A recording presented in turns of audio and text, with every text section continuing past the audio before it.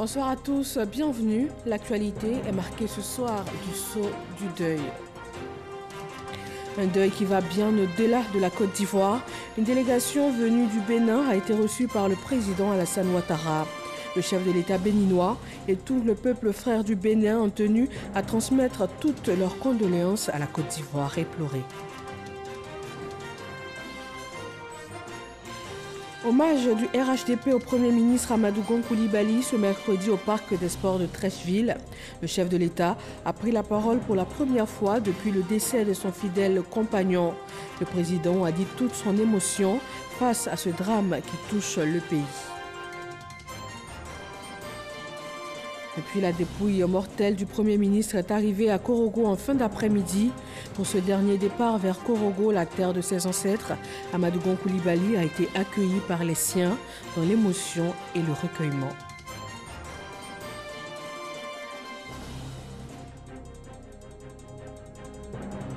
Face à la maladie à coronavirus, le point de ce 15 juillet 2020 fait état de 366 nouveaux cas, 238 guéris et 0 décès en Côte d'Ivoire. Merci de nous rejoindre pour le 20h sur RTI 1. Une délégation béninoise est en Côte d'Ivoire. Elle est venue présenter ses condoléances au pays et à son président, Alexis Ouedraogo. Le Bénin, aux côtés de la Côte d'Ivoire en cette période de deuil national. Ce mercredi, le ministre d'État, secrétaire général de la présidence, est venu au nom du président Patrice Talon exprimer toute la compassion du peuple béninois au chef de l'État Alassane Ouattara. Le président Patrice Talon entretenait d'excellentes relations avec le Premier ministre Amadou Gon Coulibaly. Ils se connaissaient très bien et donc on ne peut pas être surpris de notre présence ici. Nous sommes porteurs d'un message de condoléances du président Patrice Talon au président de la République de Côte d'Ivoire. Le ministre d'État conduisait une forte délégation au sein de laquelle le ministre des Affaires étrangères et de la coopération, Aurélien Agbenancy. Mercredi 8 juillet, mercredi 15 juillet, une semaine que la Côte d'Ivoire est frappée par ce deuil. Les obsèques nationales ont commencé hier avec la cérémonie officielle au palais présidentiel. Ce matin, c'était les hommages du RHDP, la chapelle politique de Amadou Gon Coulibaly. Viviane Aïma. Après l'hommage national rendu la veille à la mémoire du grand serviteur de l'État qu'a été le Premier ministre, chef du gouvernement, ministre du budget et du portefeuille de l'État, Amadou Gon Coulibaly, le RHDP, parti qu'il a contribué à édifier et dont il était le président du directoire et le candidat désigné pour la présidentielle du 31 octobre 2020, s'est mobilisé à son tour pour lui rendre un hommage populaire. C'était ce mercredi 15 juillet, au stade du Palais des Sports de Treichville, que les militants ont investi en très grand nombre pour pleurer le départ de celui qu'ils appelaient avec admiration le Lion ou AGC. C'était bien la première fois que le RHDP tient un grand rassemblement sans qu'on ne voie arriver le président du directoire Amadou Gon Coulibaly, toujours sous de vifs applaudissements. Le président du parti, le président Alassane Ouattara, était présent, accompagné de son épouse, la première dame Dominique Ouattara, pour cet ultime hommage à la mémoire de son plus fidèle lieutenant, en présence de sa veuve, Assetou Gon Coulibaly, de ses enfants et des autres membres de sa famille. Une délégation politique est venue du Bénin témoigner sa solidarité au RHDP en cette situation douloureuse. Pour honorer la mémoire de leurs vaillants héros, chaque structure du parti a offert une couronne de fleurs à titre posthume. Plusieurs intervenants se sont exprimés. Au total, 8 hommages ont été prononcés. 8h41, mercredi 8 juillet. Tu étais si joyeux comme si c'était ton premier conseil de ministre, Amadou. Et tu me disais, écoute, big, j'ai fait le conseil de gouvernement. Mais la deuxième étape, c'est le conseil de ministre. Big, on se voit à 14h avec Ambak, Archipatrie, pour qu'on fasse le point. Amadou, depuis le 8 juillet, je ne t'ai plus entendu. Mon cher grand frère, je ne t'ai plus entendu. Mais Amadou, où es-tu? Où es-tu, Amadou? Où es-tu aujourd'hui? Tu nous avais bien dit que tu étais venu prendre la place auprès du chief, ton père, Alassane Ouattara. Oui, alors où es-tu, Amadou? Cher grand frère, ils sont tous là pour toi. Supportons notre deuil et n'ayons aucune crainte. Chers militants, la seule présence du président Alassane Ouattara à la tête de la troupe RHDP est une source de réconfort et un gage de sécurité qui donne des frissons et du tournis à nos adversaires déjà agités et ébranlés. Et pour finir, contre toute attente, le président du parti, le président Alassane Ouattara, s'est exprimé à son tour. Malgré ma douleur, je ne pouvais pas ne pas prendre la parole pour vous dire un grand merci à chacune et à chacun de vous pour l'accueil, l'affection, la disponibilité que vous lui avez manifesté tout au long de sa carrière et de sa vie à Abidjan, et vous dire que vos prières, je suis sûr, l'accompagnent et lui permettront de continuer de veiller sur notre grand parti. Merci à chacune et à chacun de vous. Merci pour Amadou, mon fils. Merci à la famille Gong Coulibaly, à ma grande sœur, Aga Fatoumata Gong Coulibaly, à son épouse, Assetou, à son oncle, Amadou Gong Coulibaly, tous les frères et sœurs, au nom de chacune et de chacun de vous, et au nom de Dominique Ouattara et toute la famille Ouattara, je prends la force de pouvoir vous remercier à nouveau. Je voudrais vous annoncer, avec l'accord de ma grande sœur Aga Fatoumata Gong Coulibaly, de l'âge Madou Gong Coulibaly, du chef de canton, que nous avons arrêté de faire le 40e jour du décès d'Amadou Gong Coulibaly à Korogo le dimanche 16 août.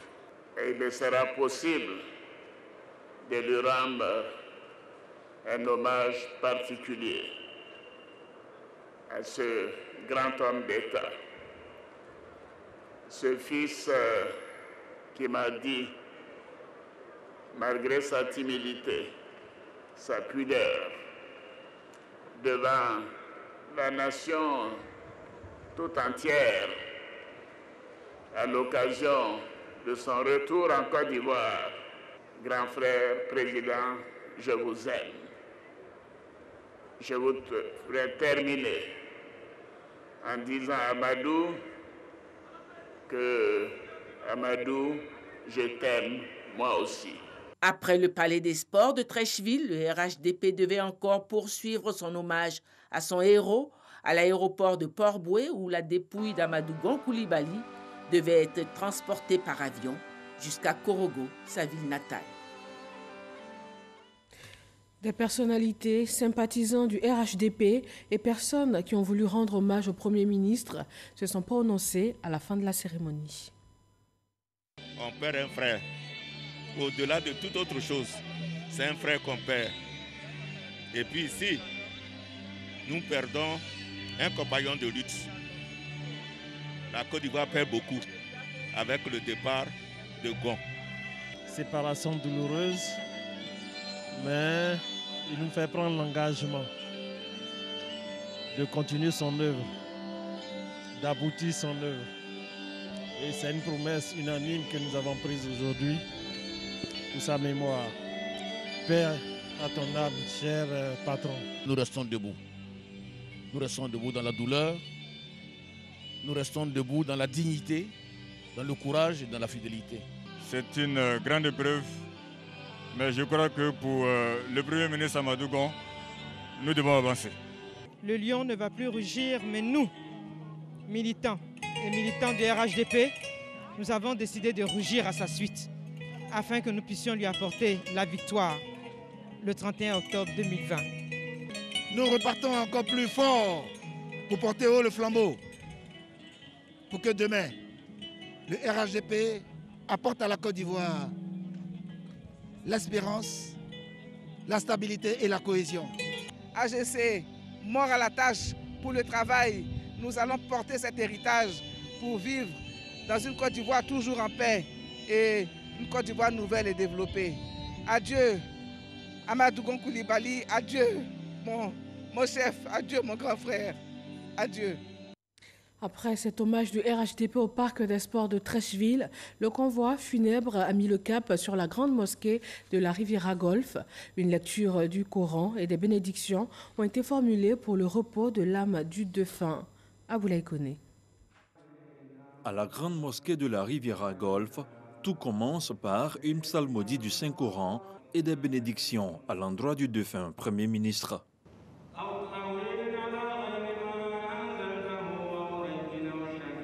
Dans le recueillement, le chef de l'État et plusieurs membres du gouvernement, ainsi que la famille Gon Coulibaly au grand complet. La fin de la prière de 13 heures sonne le départ à l'aéroport de la dépouille du Premier ministre vers Korogo, sa terre natale, la terre de ses ancêtres. Dans le corbillard, le cercueil a troqué sa tunique orange, blanc et vert contre un tapis brodé d'écritures coraniques, comme pour dire que désormais, Amadou Gon Coulibaly s'engage sur le chemin du retour définitif vers Allah.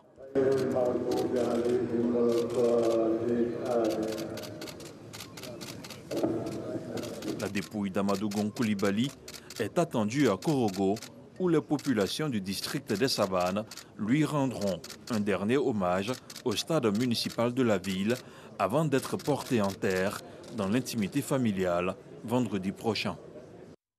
Suite à cette prière, le chef de l'État, Alassane Ouattara, accompagné de son épouse et plusieurs membres du gouvernement, ont tenu à accompagner à l'aéroport Félix Houphouët-Boigny la dépouille mortelle du Premier ministre Amadou Gon Coulibaly. Moment plein d'émotions que nous fait revivre ici Herman Guivet.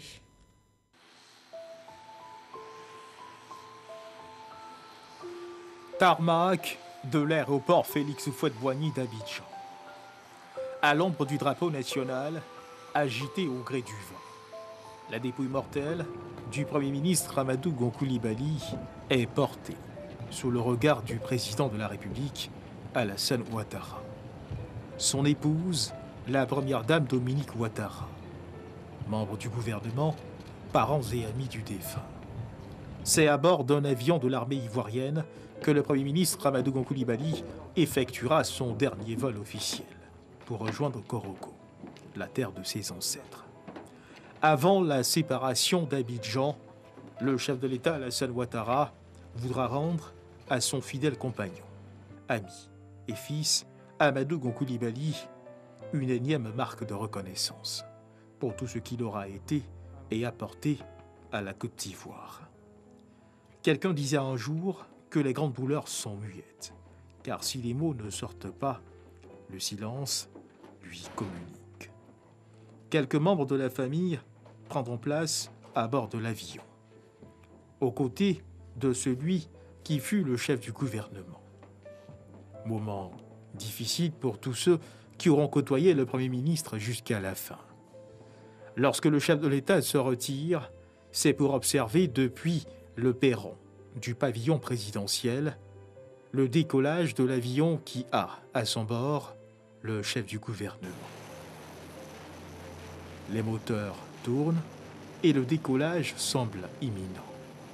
L'avion fait sa rotation pour épouser la position départ. Puis vient le décollage.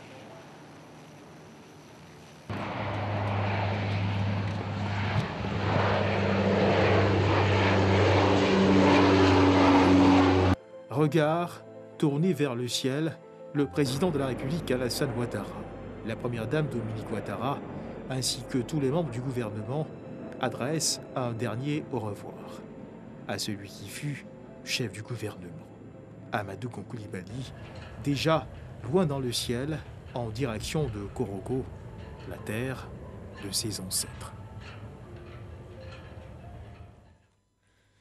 La dépouille mortelle du Premier ministre Amadou Gon Coulibaly est arrivée sous le coup de 17h30 à Korogo, sa terre natale. Grande émotion pour certains, incrédulité pour d'autres. Toute la famille Gon et la grande famille du Poro étaient là pour saluer cet illustre fils disparu. Ici à Abidjan, une messe a été dite pour le repos de son âme. C'était à la paroisse Saint-Jacques des Deux Plateaux. Clément Boko. Paroisse Saint-Jacques des Deux Plateaux. Plusieurs membres du gouvernement et des ambassadeurs sont venus prier pour le repos de l'âme du Premier ministre Amadou Gon Coulibaly. Au cours de son homélie, le célébrant a rappelé les qualités de l'homme d'État. Travail et fidélité. Voici les graines qu'a semé parmi nous notre frère qui nous a quittés, Amadou Gon Coulibaly. Particularité de cette célébration, les différentes lectures sont dites par des membres du gouvernement. Tu connais son humanité et aussi ses faiblesses. Oublie ce qui a pu ternir son regard et son cœur.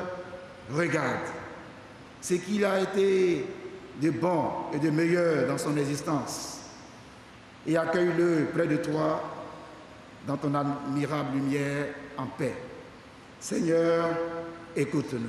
Par cette messe, les membres du gouvernement font leur adieu dans la prière à leur chef, Amadou Gon Coulibaly. Les ministres qui sont au sein du gouvernement de confession catholique ont souhaité approcher la hiérarchie de l'Église pour leur demander de prier pour le repos de l'âme de leur Premier ministre.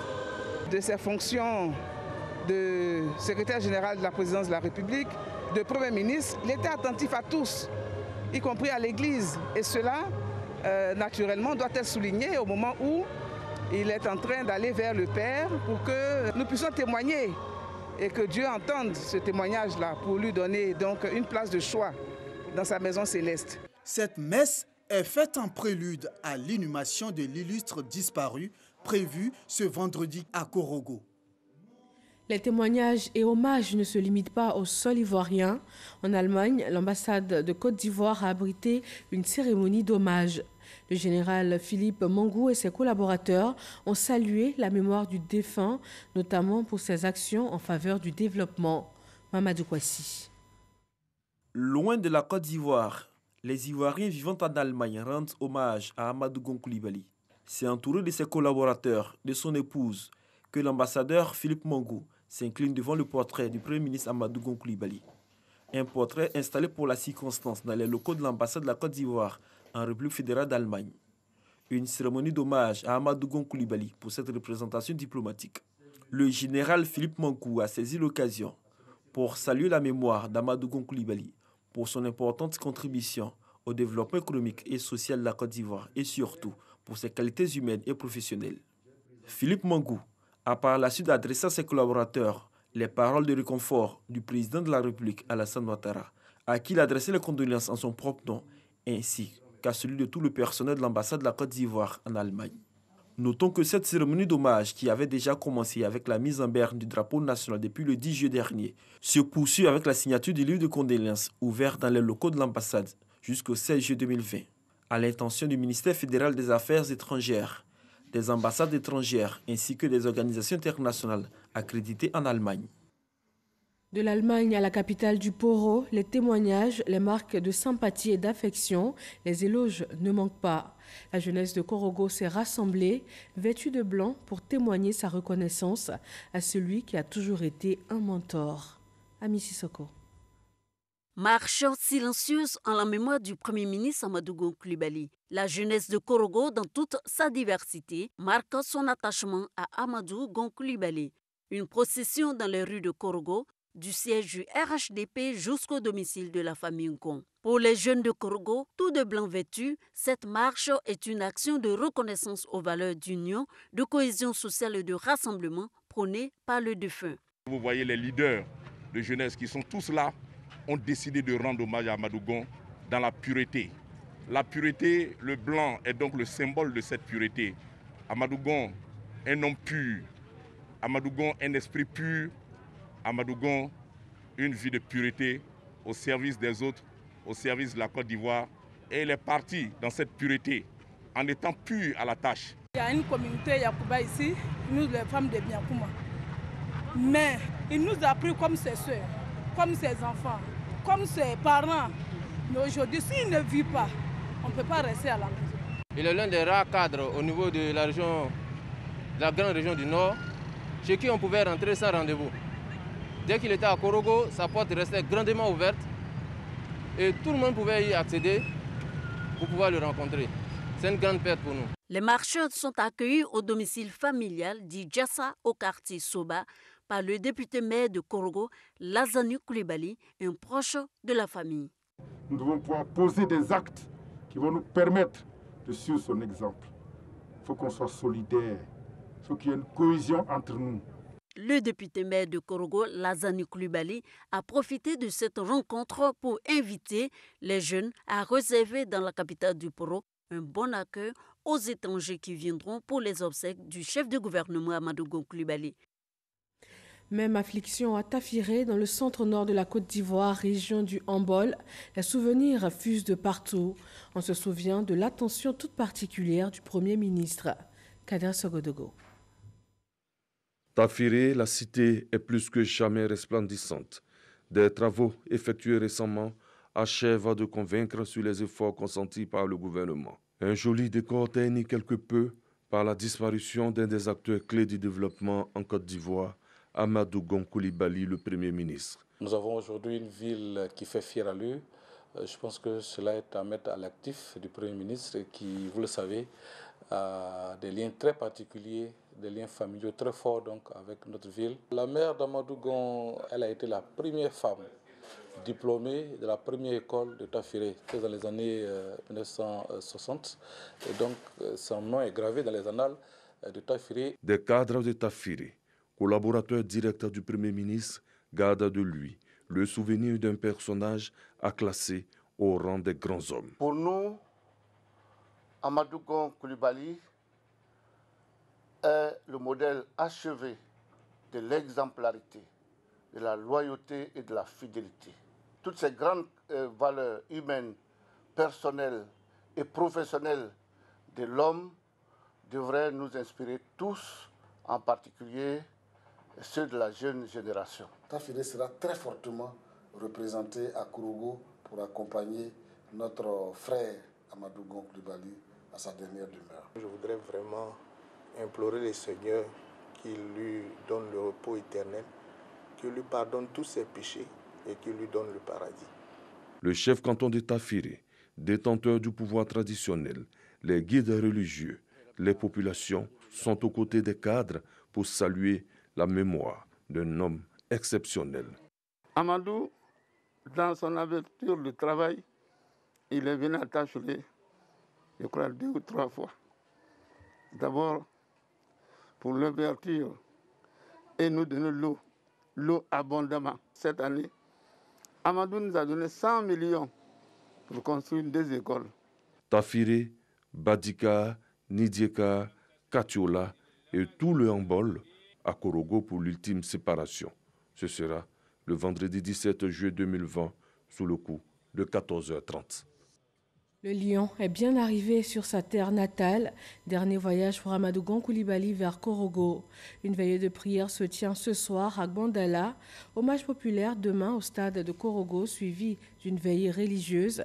Et puis vendredi, la séparation ultime après la grande prière du vendredi. Autre sujet d'actualité, je vous donne maintenant lecture d'un communiqué du gouvernement. La Cour africaine des droits de l'homme et des peuples a rendu ce jour, mercredi 15 juillet 2020, dans l'affaire Sui Bigoré Emile et autres contre la République de Côte d'Ivoire, un arrêt sur le fond dont seulement un résumé est disponible sur son site. La Cour africaine des droits de l'homme et des peuples a estimé que la commission électorale indépendante CEI, issue de cette réforme, est composée de membres indépendants et impartiaux, que cette CEI est équilibrée dans sa composition et qu'elle jouit d'une indépendance institutionnelle. La Cour africaine a également estimé qu'elle n'a constaté aucune violation en ce qui concerne le droit de participer librement à la direction des affaires publiques, ni en ce qui concerne la question à l'égal accès à la fonction publique du pays. La Cour africaine a par ailleurs déclaré que l'État de Côte d'Ivoire n'a pas violé son obligation d'exécuter l'arrêt qu'elle a rendu le 18 novembre 2016 dans le délai imparti. La Cour africaine est enfin parvenue à la conclusion suivant laquelle les requérants n'ont pas fait la preuve que la loi régissant la CEI ne répondait pas aux normes prévues par les instruments pertinents relatifs aux droits de l'homme auxquels l'État défendeur est partie. En conséquence de quoi, elle les en a déboutés. Fait à Abidjan le 15 juillet 2020, c'est signé Sidi Tiemoko Touré, ministre de la Communication et des Médias, porte-parole du gouvernement. Et à cet effet, nous recevons ici M. Constant Zirignon, conseiller technique au ministère de la Justice. Bonsoir M. Zirignon. Bonsoir Madame. Alors au vu de ce que contient ce communiqué, est-ce qu'on peut dire que la composition actuelle de la CEI ne souffre donc d'aucune irrégularité ? Je vous remercie, Madame. Pour répondre à votre question, je voudrais rappeler ce qui a été indiqué dans le communiqué. Il y a eu une requête dont la Cour africaine des droits de l'homme et des peuples avait été saisie de la part de l'Action pour la protection des droits de l'homme, la PDH, et qui a donné lieu à l'arrêt de novembre 2016 que vous avez rappelé tantôt. Alors, lorsque la requête qui a donné lieu à l'arrêt qui a été rendu ce jour a été présentée, cette requête était essentiellement fondée sur des allégations tenant à ce que l'État du Côte d'Ivoire n'avait pas respecté ses engagements internationaux parce que l'État ne s'était pas conformé aux énonciations de cet arrêt rendu en 2016. La raison qui avait été évoquée, c'est que la loi du 5 août 2019 portant recomposition de la commission électorale indépendante n'était pas respectueuse de l'arrêt rendu par la Cour africaine en 2016. L'État a estimé pour sa part qu'il s'était conformé à l'arrêt de la Cour et donc nous attendions tous que la Cour nous dise si oui ou non l'État s'était conformé à cet arrêt. Et la décision qui a été rendue ce jour est très claire. La Cour estime que la composition de la CEI, telle qu'elle ressort de la loi de 2019, est tout à fait conforme à son arrêt. Et donc, il faut retenir que la loi qui recompose la CEI et qui a été modifiée par une ordonnance du 4 mars 2020 est parfaitement conforme aux engagements internationaux de la Côte d'Ivoire. Confirmé donc, hein, c'est confirmé, cette loi prise par la Côte d'Ivoire est conforme aux normes, c'est clair. Oui, absolument, c'est ce qui ressort de l'arrêt de la Cour. Il faut quand même noter que la Cour a fait deux constatations qu'il est bon de relever.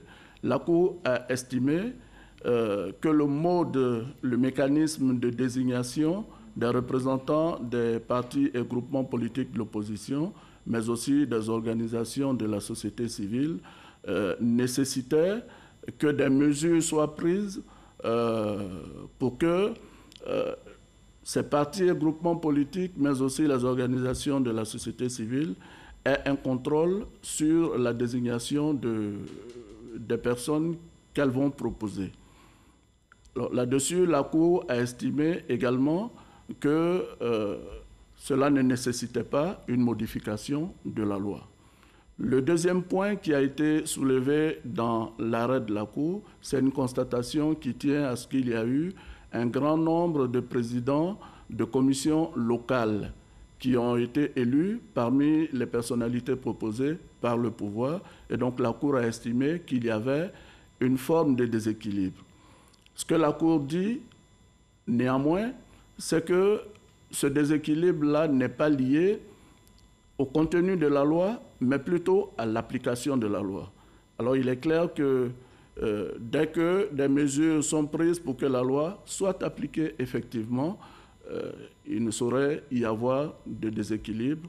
Et donc, la loi qui définit la composition de l'organe électoral ivoirien peut être considérée, en tout cas la Cour l'a estimé, cette loi ne viole aucun des engagements internationaux de la Côte d'Ivoire. Merci, M. Constant Zirignon. Je rappelle que vous êtes conseiller technique au ministère de la Justice.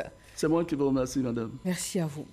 Dans le domaine de la coopération militaire, le ministre de la Défense, Ahmed Bakayoko, a reçu l'attaché de défense de l'ambassade du Ghana, venu lui faire ses adieux avant son départ définitif de la Côte d'Ivoire. Les deux parties ont fait le point de la coopération militaire et aussi ébauché quelques projets. Lansine Bakayoko. Arrivé en mars 2017, Samuel Adjenine Boating, attaché de défense auprès de l'ambassade du Ghana en Côte d'Ivoire, aura passé 3 années enrichissantes à Abidjan.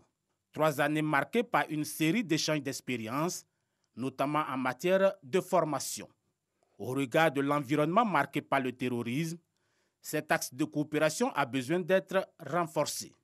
Si nous voulons donner une réponse appropriée au terrorisme qui menace nos frontières, il faut un mécanisme de coopération intégré, tripartite, entre la Côte d'Ivoire, le Burkina Faso et le Ghana. Mais une telle convergence des forces ne sera possible que s'il y a un protocole d'accord signé par tous. Pour la partie ghanéenne, ce projet sera probablement porté par le successeur du contre-amiral Samuel Adjenine Boating, le général de brigade Félicia Toum Barim. Nous avons ensemble le défi qui menace tous les pays de notre sous-continent, le terrorisme. Et que sous votre mandat, nous puissions ensemble continuer ce bon travail de partage de renseignements, de partage de bonnes pratiques, de partage de savoir-faire, pour que nous puissions être ensemble solidaires dans cette lutte contre le terrorisme. Le ministre Ahmed Bakayoko a profité de l'occasion pour décorer l'attaché de défense sortant. Le contre-amiral Adjenine Boating a été élevé au grade de chevalier de l'Ordre national du mérite. C'est avec beaucoup de bonheur que je vous ai décerné cette décoration au nom du chef de l'État et je voudrais vous en féliciter. Les fonctions que vous allez occuper dans votre pays doivent permettre de maintenir la bonne relation que la Côte d'Ivoire entretient avec le Ghana et tout particulièrement dans le domaine de la coopération militaire. La coopération bilatérale entre la Côte d'Ivoire et le Ghana a été redynamisée en octobre 2017 à travers la signature d'accords de partenariat stratégique dans le domaine de la défense, de la sécurité et des politiques économiques. Je vous donne maintenant lecture d'un communiqué du ministère des Transports. Le ministre des Transports informe les transporteurs, les conducteurs professionnels et l'ensemble des usagers de la route qu'en raison de l'importance du trafic induit par les obsèques du Premier ministre Amadou Gon Coulibaly dans la région du Poro, du mercredi 15 juillet 2020 au samedi 18 juillet 2020, la circulation des véhicules poids lourds affectés au transport de marchandises, à l'exception des camions-citernes transportant des hydrocarbures, à destination de Korogo, Ferkessé-Dougou et Boundiali et des véhicules hors gabarit est interdite sur les axes routiers les jours et heures ci-après. Korogo, Niakaramadougou, Korogo, Ferke-Sédougou et Korogo, Bundiali, du mercredi 15 juillet au samedi 18 juillet 2020, de 6h à 21h. Le ministre des Transports invite les usagers de la route, et en particulier les automobilistes, à la prudence. On s'intéresse maintenant au point de la situation en Côte d'Ivoire face à la maladie à coronavirus.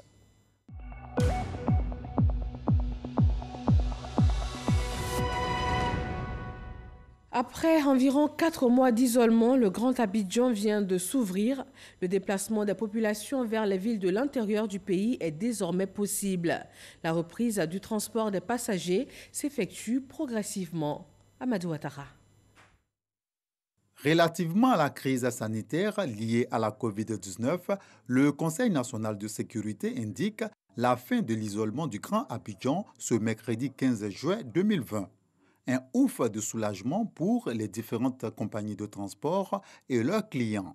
Bon, j'ai appris l'information sur les réseaux sociaux. Maintenant, on peut voyager. C'est vraiment un grand plaisir pour moi parce qu'il y a longtemps que je n'ai pas vu ma famille. Donc ça me permet aujourd'hui d'aller à Yamoussoukro, aller voir ma petite famille. Moi je vais parce que je viens de perdre mon petit frère. Donc je vais pour les obsèques. Bon, en quelque sorte je peux dire que je suis contente puisqu'il y a la possibilité de pouvoir partir. Nous avons, comme vous avez vu tout à l'heure, amené nos clients à apporter le cache-nez, se laver les mains, à utiliser le gel hydroalcoolique. Donc, c'est des mesures barrières qui s'imposent à l'ensemble des Ivoiriens que nous sommes.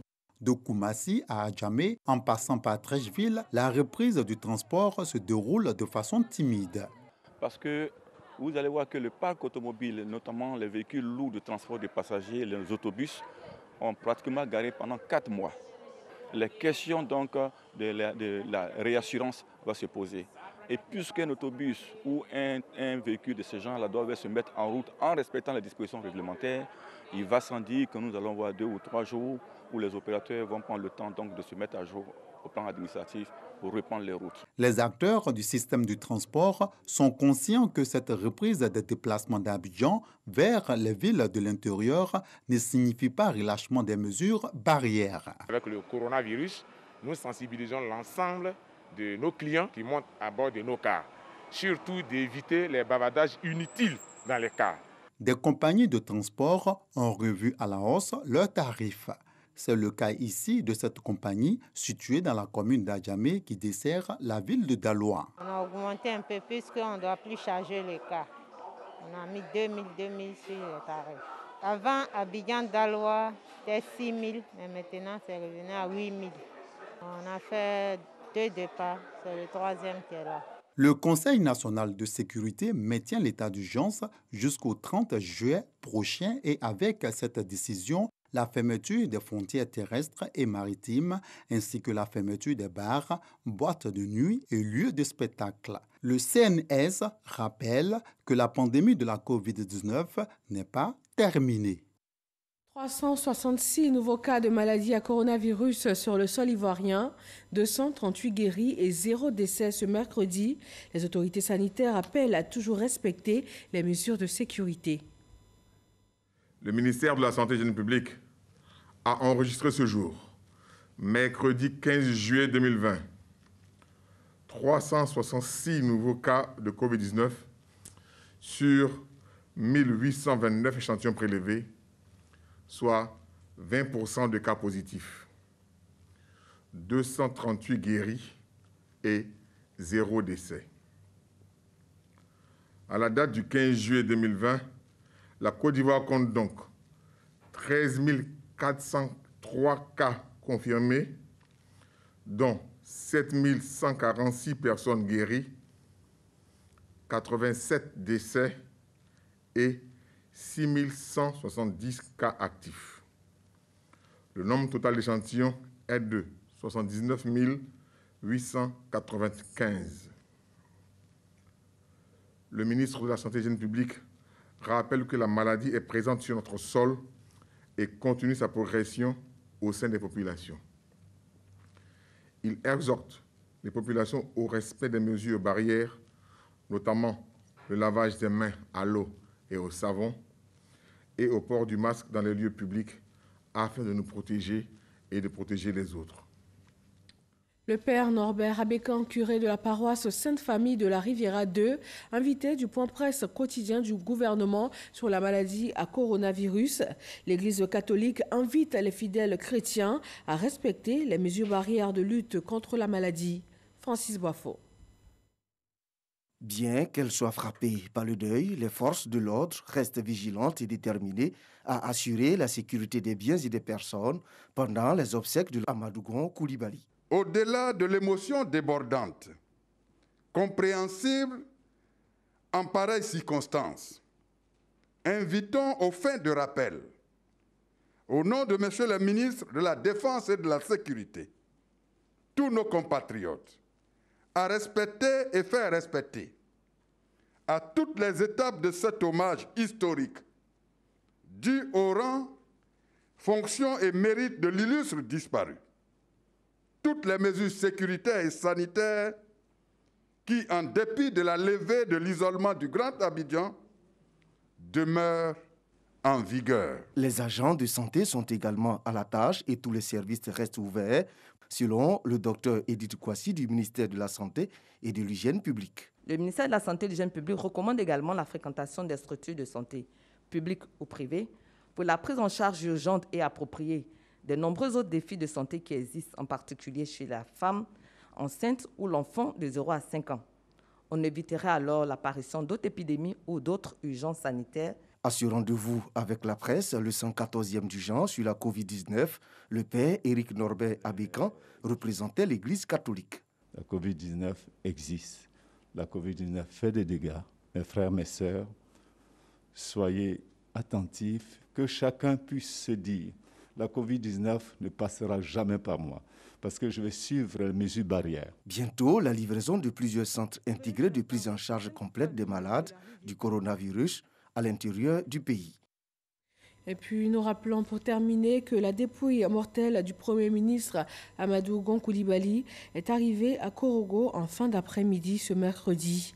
Pour ce dernier départ vers Korogo, la terre de ses ancêtres, Amadou Coulibaly a été accueilli par les siens dans l'émotion et dans le recueillement. Voilà qui met fin à ce 20h. Merci de votre attention. Rendez-vous à 23h avec Marine Cognan.